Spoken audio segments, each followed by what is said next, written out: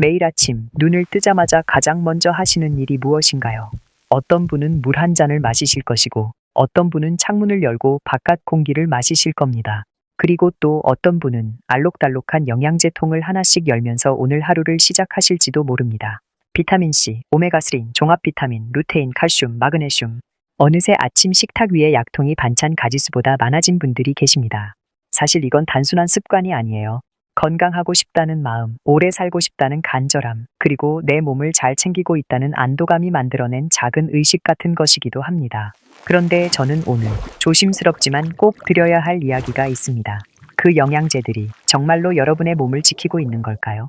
진료실에서 수십 년 동안 어르신들을 만나오면서 제가 가장 많이 들은 이야기 중 하나가 바로 영양제 이야기입니다. 선생님, 저 이거 먹으면 좋다고 해서 챙겨 먹고 있어요. 그 말씀을 들을 때마다 저는 묻고 싶어집니다. 그게 정말 몸에 들어가서 작용하고 있는지 아니면 그냥 안도감을 드리고 있는 건지. 건강에 대한 관심이 높아지는 건 분명히 좋은 일입니다. 그 관심이 여러분의 삶을 더 오래, 더 활기차게 이어가도록 돕는 방향으로 흘러야 합니다. 하지만 그 관심이 잘못된 방향으로 흐를 때 오히려 몸을 해치는 일이 생기기도 합니다. 지금 이 순간 여러분이 매달 영양제에 쓰는 돈과 시간이 다른 방향으로 쓰였다면 어땠을지 그 이야기를 오늘 함께 나눠드리고 싶습니다. 오늘 이 이야기가 여러분의 하루를 조금 더 건강하게 바꾸는 계기가 되기를 바랍니다. 끝까지 함께 해주세요. 중간에 나오는 이야기 하나가 어쩌면 지금 여러분 혹은 가까운 가족의 이야기일 수 있습니다. 그 이야기를 들으신 후에 오늘 저녁 식탁을 한번 돌아보시게 될 겁니다. 아주 작은 변화 하나가 몇 년 뒤의 건강을 완전히 다르게 만들 수 있습니다. 몇 해 전 70대 중반의 한 여성 어르신이 진료실을 찾아오셨습니다. 걸음걸이도 단정하시고 말씀도 또렷하신 분이었는데 진료 시작과 동시에 가방에서 작은 파우치를 꺼내 탁자 위에 내려놓으셨습니다. 그 안에는 영양제 봉투가 가득했어요. 비타민C 고용량 제품, 항산화 복합제, 관절 건강 보조제, 뇌 기능 개선이라고 적힌 제품까지. 종류만 10가지가 훌쩍 넘었습니다. 선생님, 저 이거 다 챙겨 먹고 있는데요. 요즘 왜 이렇게 피곤한지 모르겠어요. 피로감, 그게 이분이 느끼시는 첫 번째 신호였습니다. 그런데 피곤하다는 건 어르신들이 너무 쉽게 넘기시는 증상이기도 합니다. 나이 드니까 그런 거지, 잠을 좀 못 자서 그렇겠지 하고 며칠을 그냥 지내셨다고 합니다. 그런데 피로감만이 아니었어요. 소화가 예전 같지 않다고 하셨고 손발이 가끔씩 붓는 느낌이 든다고 하셨습니다. 그리고 무엇보다 몇 달 전부터 혈압 수치가 이상하게 오르락내리락 한다는 이야기도 꺼내셨습니다. 사실 이런 신호들은 따로따로 보면 별것 아닌 것처럼 느껴집니다. 피곤한 건 나이 탓, 소화 불편은 며칠 지나면 괜찮겠지, 손발이 붓는 건 많이 걸어서 그런가 보다. 이렇게 한 가지씩 따로 떼어놓으면 크게 걱정하지 않으시게 됩니다. 하지만 이 신호들이 한 분에게서 동시에 그것도 몇 달에 걸쳐 나타나고 있다면 이야기가 달라집니다. 검사를 진행하면서 한 가지 수치가 눈에 띄었습니다. 신장 기능 수치였어요. 정상보다 살짝 높아져 있었습니다. 눈에 확 띄는 수준은 아니지만 추이를 살펴보면 분명히 나빠지고 있는 흐름이었습니다. 그 영양제 파우치를 다시 살펴봤습니다. 비타민C 하나만 해도 하루 권장 상한선의 수십 배가 되는 고용량 제품이었습니다. 게다가 여러 제품에 겹치는 성분들이 있었어요. 각각 따로 먹으면 별거 아닐 것 같지만 합산하면 몸 안에 들어오는 양이 상당했습니다. 어르신은 의아해 하셨습니다. 그게 몸에 좋다고 했는데요? 네, 그 성분 자체는 몸에 필요한 것들입니다. 하지만 문제는 양입니다. 그리고 형태입니다. 아무리 좋은 성분도 필요한 양을 넘어서면 독이 될 수 있습니다. 물도 너무 많이 마시면 몸에 해롭듯이 영양소도 마찬가지입니다. 그 이야기를 지금부터 천천히 풀어드리겠습니다. 우리 몸은 참 정교합니다. 같은 성분이라도 어디에서 어떤 형태로 들어오느냐에 따라 전혀 다르게 반응합니다. 이것이 영양제를 이해할 때 가장 핵심이 되는 부분입니다. 예를 들어 비타민C를 생각해 보겠습니다. 딸기 한 줌을 드시면 비타민C가 들어옵니다. 그런데 딸기 안에는 비타민C만 있는 게 아닙니다. 식이섬유가 있고 폴리페놀이 있고 수분이 있고 다양한 미세 영양소들이 함께 있습니다. 이것들이 서로 어우러지면서 흡수 속도를 조절하고 몸이 처리하기 편한 방식으로 영양소가 들어오게 됩니다. 반면 영양제로 비타민C를 먹으면 어떨까요? 식이섬유도 없고 수분도 없고 다른 성분들도 없이 순수한 비타민C 성분만 고농도로 들어오게 됩니다. 그러면 몸은 이걸 처리하기 위해 신장을 통해 빠르게 내보내려 합니다. 이 과정에서 신장에 부담이 생기고 오랜 기간 고용량을 드시면 신장 기능이 서서히 나빠질 수 있습니다. 앞서 말씀드린 그 어르신의 이야기가 바로 이런 경우였습니다. 쉽게 비유를 들어보겠습니다. 강물이 자연스럽게 흐를 때와 한꺼번에 댐수문을 열었을 때를 생각해 보세요. 같은 물의 양이라도 한꺼번에 쏟아지면 강둑이 버티지 못합니다. 우리 몸도 마찬가지입니다. 채소와 과일로 들어오는 영양소는 자연스럽게 천천히 흐르는 강물 같고, 영양제로 들어오는 고농도 성분은 수문을 한꺼번에 연 물과 같습니다. 또 하나 중요한 이야기가 있습니다. 항산화 성분으로 잘 알려진 비타민 A나 비타민 E 같은 지용성 비타민들이 있습니다. 이 성분들은 채소나 과일로 드시면 건강에 도움이 된다는 연구가 매우 많습니다.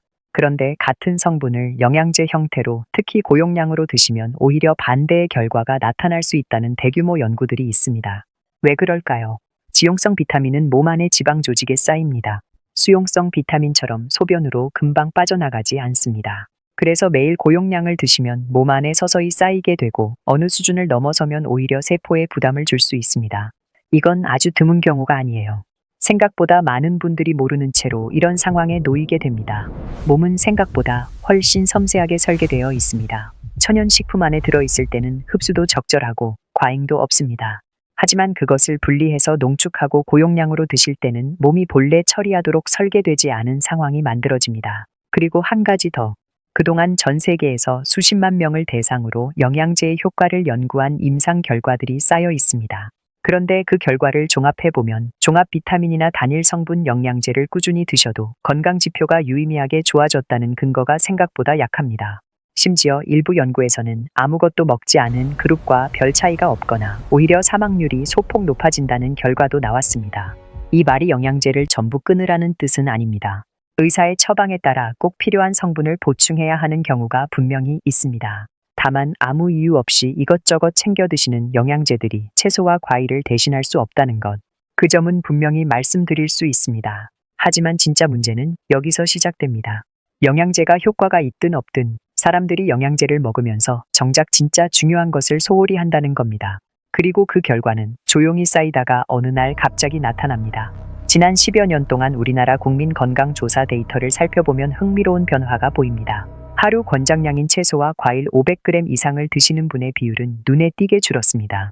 반면 영양제를 규칙적으로 드신다고 응답하신 분의 비율은 거의 2배가 늘었습니다. 채소와 과일 대신 영양제를 드시는 분이 그만큼 많아진 겁니다. 예전에는 우리나라가 채소를 많이 먹는 나라였습니다. 된장국에 나물 반찬, 계절마다 바뀌는 신선한 채소들. 그런데 지금은 많이 달라졌습니다. 혼자 사시는 어르신이 늘면서 맵기 채소를 챙기기가 어려워졌고, 신선한 채소와 과일의 가격도 올랐습니다. 그러다 보니 영양제가 훨씬 간편하고 경제적으로 보이게 됐습니다. 당연한 변화입니다. 그런데 이 자연스러운 변화가 몸 안에서는 전혀 자연스럽지 않은 결과를 만들어내고 있습니다. 채소와 과일 안에 들어있는 식이섬유는 장 건강을 지키고 혈당이 천천히 오르도록 도와주며 혈관벽을 보호하는 데도 중요한 역할을 합니다. 다양한 파이토케미컬, 즉 식물성 생리활성 물질들은 아직 우리가 이름조차 다 알지 못하는 것들이 많습니다. 이런 물질들은 영양제로 만들 수 없습니다.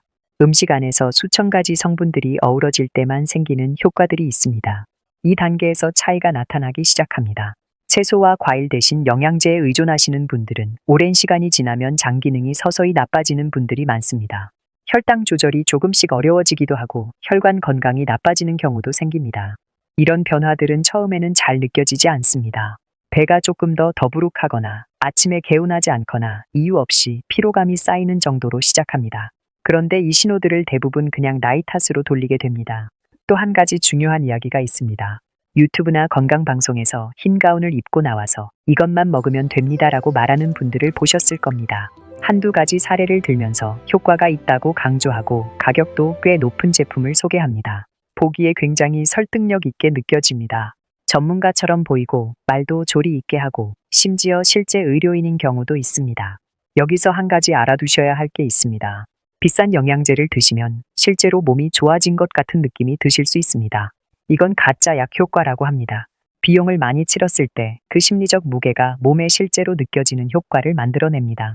심지어 가격이 비쌀수록 이 효과가 더 강해진다는 연구도 있습니다. 비싼 영양제일수록 더 잘 듣는 것 같은 느낌이 드는 이유가 바로 여기 있습니다.